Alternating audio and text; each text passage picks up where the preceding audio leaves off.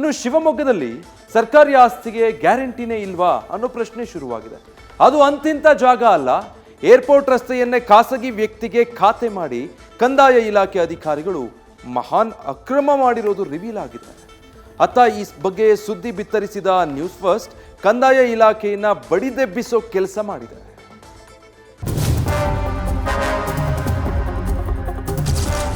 ಶಿವಮೊಗ್ಗದಲ್ಲಿ ಸರ್ಕಾರಿ ಆಸ್ತಿ ಮೇಲೆ ಭೂಮಾಫಿಯಾ ಕಣ್ಣು.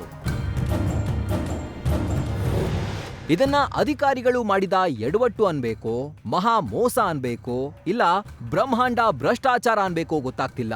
ಸುಮಾರು 60 ವರ್ಷದ ಹಿಂದಿನಿಂದ ಇರೋ ಏರ್ಪೋರ್ಟ್ ರಸ್ತೆಯನ್ನ ಖಾಸಗಿ ವ್ಯಕ್ತಿಯ ಹೆಸರಿಗೆ ಖಾತೆ ಮಾಡಿಕೊಟ್ಟ ಅಕ್ರಮ ಬಟಾಬೈಲಾಗಿದೆ. ಸರಿಸುಮಾರು 40 ಕೋಟಿ ರೂಪಾಯಿ ಮೌಲ್ಯದ 1.22 ಎಕರೆ ಖಾಸಗಿ ವ್ಯಕ್ತಿಗೆ ಖಾತೆ ಮಾಡಿಕೊಡಲಾಗಿದೆ ಎನ್ನಲಾಗ್ತಿದೆ.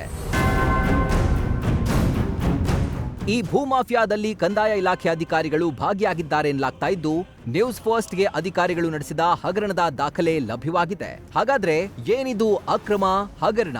ಹೇಳ್ತೀವಿ ಕೇಳಿ.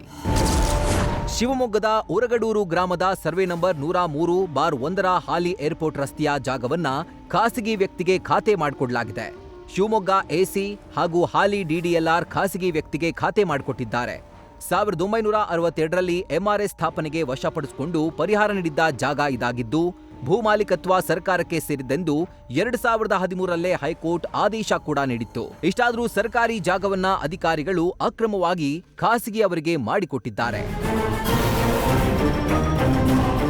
ಅತ್ತ ಈಗಾಗಲೇ ಪರಿಹಾರ ಪಡೆದ ಭೂಮಿಗೆ ಮತ್ತೊಮ್ಮೆ ಪರಿಹಾರ ಪಡೆಯುವ ತಂತ್ರ ಇದಾಗಿದೆ ಅನ್ನೋ ಆರೋಪವೂ ಕೇಳಿ ಬಂದಿದ್ದು, ತಕ್ಷಣವೇ ಲೋಪ ಸರಿಪಡಿಸಬೇಕೆಂದು ಜನರು ಆಗ್ರಹಿಸುತ್ತಿದ್ದಾರೆ. ನ್ಯೂಸ್ ಫಸ್ಟ್ ಸುದ್ದಿ ಪ್ರಸಾರವಾಗ್ತಿದ್ದಂತೆ ಕಂದಾಯ ಇಲಾಖೆ ಅಲರ್ಟ್. ಪ್ರಕರಣದ ವಿವರ ಕೇಳಿ ವರದಿ ನೀಡಲು ಸೂಚಿಸಿದ ಕೃಷ್ಣ ಬೈರೇಗೌಡ.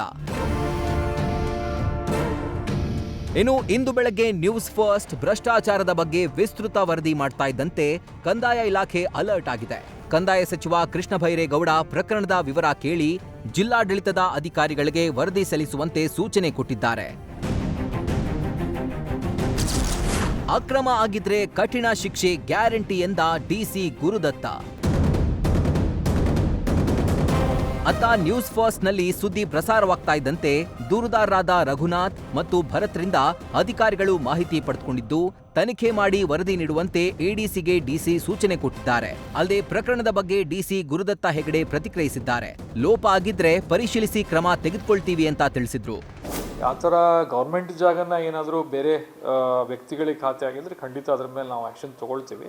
ಬಟ್ ಅದನ್ನು ಸ್ವಲ್ಪ ಪರಿಶೀಲನೆ ಹಂತದಲ್ಲಿದೆ. ನಮಗೆ ಒನ್ ಡೇ ಅಟ್ಲೀಸ್ಟ್ ಅದಕ್ಕೆ ಏನಾಗಿದೆ, ಯಾವ್ಯಾವ್ದು ಲಿಟಿಗೇಷನ್ ಆಗಿದೆ, ಅಲ್ಲಿ ಯಾವ ರೀತಿ ಕನ್ವರ್ಷನ್ ಆಗಿದೆ ಅಥವಾ ಖಾತೆ ಬದಲಾವಣೆ ಆಗಿದೆ ಅನ್ನೋದ್ರ ಬಗ್ಗೆ ನಮಗೆ ಮಾಹಿತಿ ಕಲೆಕ್ಟ್ ಮಾಡ್ತಾ ಇದ್ದೀವಿ.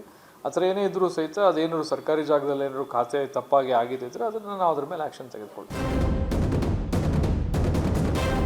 ಒಟ್ಟಾರೆ ಕೇಸ್ನ ಹಿಂದಿನ ಎಸಿಗಳಾದ ಟಿವಿ ಪ್ರಕಾಶ್, ರವಿನಾಯಕ್ ಹಾಗೂ ಹಾಲಿ ಡಿಡಿಎಲ್ ಎಸಗಿರುವ ಅಕ್ರಮ ಮೇಲ್ನೋಟಕ್ಕೆ ಸಾಬೀತಾದಂತೆ ಕಾಣಿಸ್ತಾ ಇದೆ. ಈ ಹಗರಣ ಸತ್ಯವೇ ಆಗಿದ್ರೆ ಇದೀಗ ತಪ್ಪು ಮಾಡಿದವರಿಗೆ ತಕ್ಕ ಶಿಕ್ಷೆ ಆಗ್ಬೇಕಿದೆ. ಅತ್ತ ಮೋಸ ಹೋದ ರೈತರಿಗೂ ನ್ಯಾಯ ಸಿಗ್ಬೇಕಿದೆ.